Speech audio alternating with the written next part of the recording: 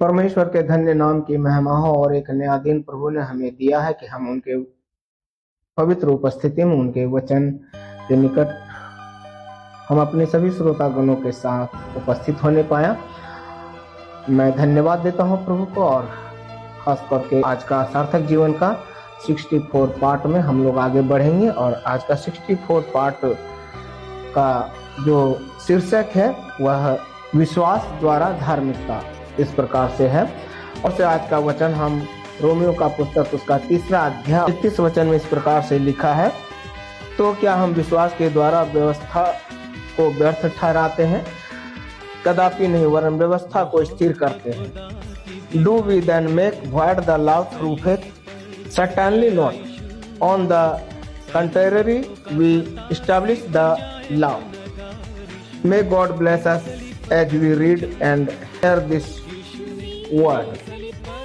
हम इसमें कुछ मुख्य बातों को देखते हैं जिसका शीर्षक है faith does not abolish the law, it establishes it. इस भाग का संदेश है, पौलुस स्पष्ट करते हैं कि मसीह के बलिदान पर विश्वास करने का अर्थ व्यवस्था को खत्म करना नहीं है, बल्कि उसे और भी मजबूत करना है। जब हम रोमियो का पुस्तक उसका 3 अध्याय और उसका 21 पद से लेकर के 26 पद तक जब हम वहां पर देखते हैं, वहां इस प्रकार से लिखा है, परंतु अब व्यवस्था से अलग परमेश्वर की वह धार्मिकता प्रकट हुई जिसकी गवाही व्यवस्था और भविष्यवक्ता देते हैं, अर्थात परमेश्वर की वह धार्मिकता जो यीशु मसीह पर विश्वास करने से सब विश्वास करने वालों के लिए है।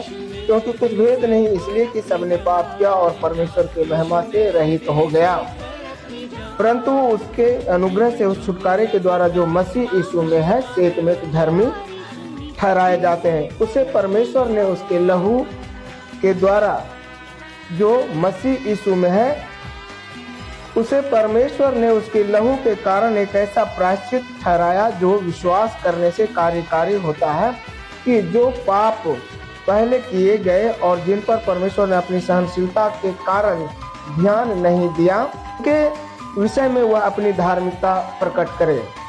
नेक्स्ट, वरन इसी समय उसकी धार्मिकता प्रकट हो कि जिससे वह आप ही धर्मी ठहरे और जो यीशु मसीह पर विश्वास करे उसका भी धर्मी ठहराने वाला हो। But now apart from the law of the righteousness of God has been made now. It was witnessed by the law and the prophet, that is the righteousness of God through faith in Jesus Christ for all those who believe. There is no distinction, for all have sinned and come short of the glory of God, and they are freely justified by His grace through the redemption that is in Christ Jesus. For God provided Christ Jesus as a propitiation through faith in his blood. He offered Christ as proof of his justice because of his disregard of previous sin. In his patience, this all happened for the demonstration of his righteousness at this present time.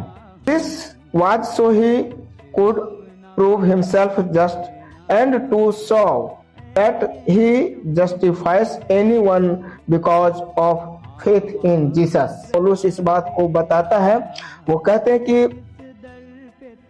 मसीह के बलिदान पर विश्वास करने का अर्थ व्यवस्था को खत्म करना नहीं है, परंतु उसे और भी मजबूत करना है।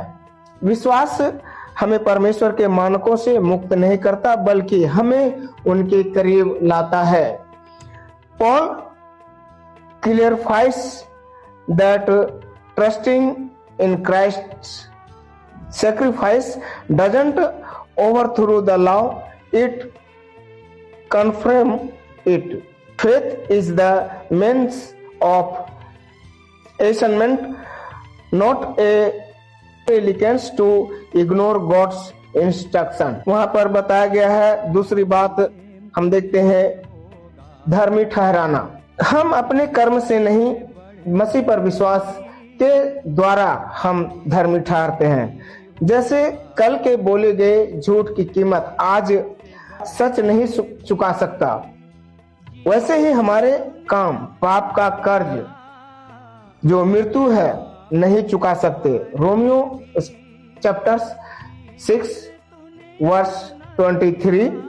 यह कर्ज केवल मसीह का जीवन चुका सकता है, जहां पर इस प्रकार से लिखा है, पाप की मजदूरी तो मृत्यु है, परंतु परमेश्वर का वरदान प्रभु यीशु मसीह के अनुग्रह में अनंत जीवन है।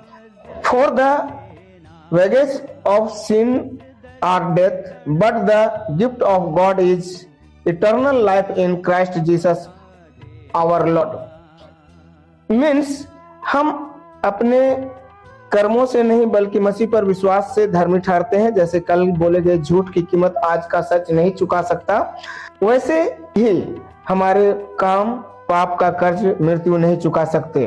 We are justified by faith, not by personal ठहरना, justification.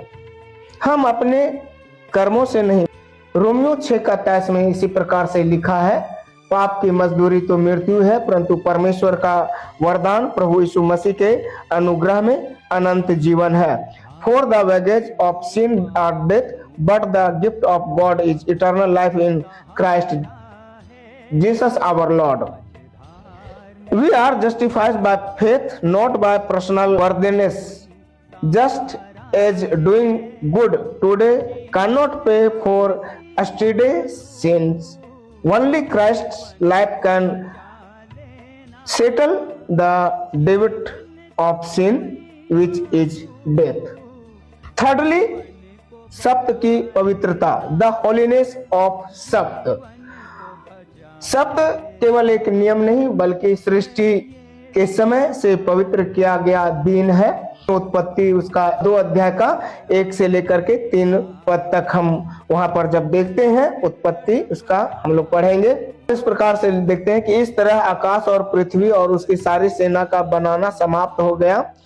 Then the heaven and the earth were finished and all the living things that filled them.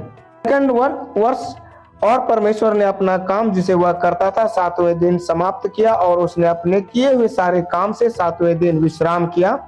On the 7th day God came to the end of his work which he had done, and so he rested on the 7th day from all his work.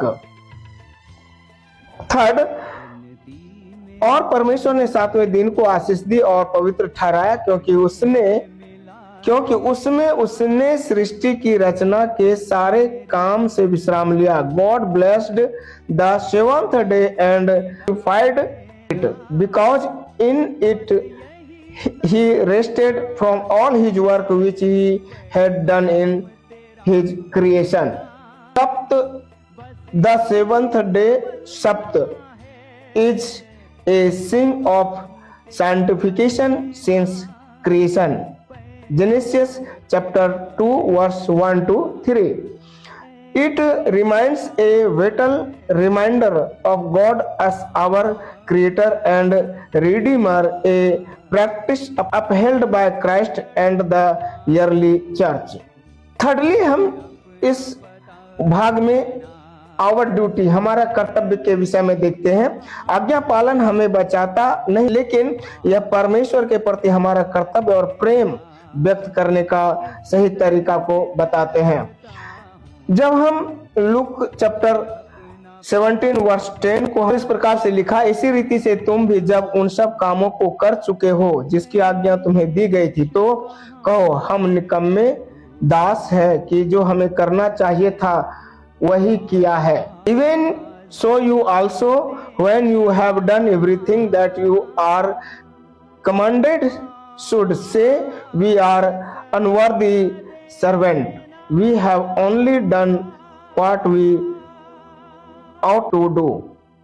Obedience does not save us, but it is our duty and the right way to live in response to God's grace.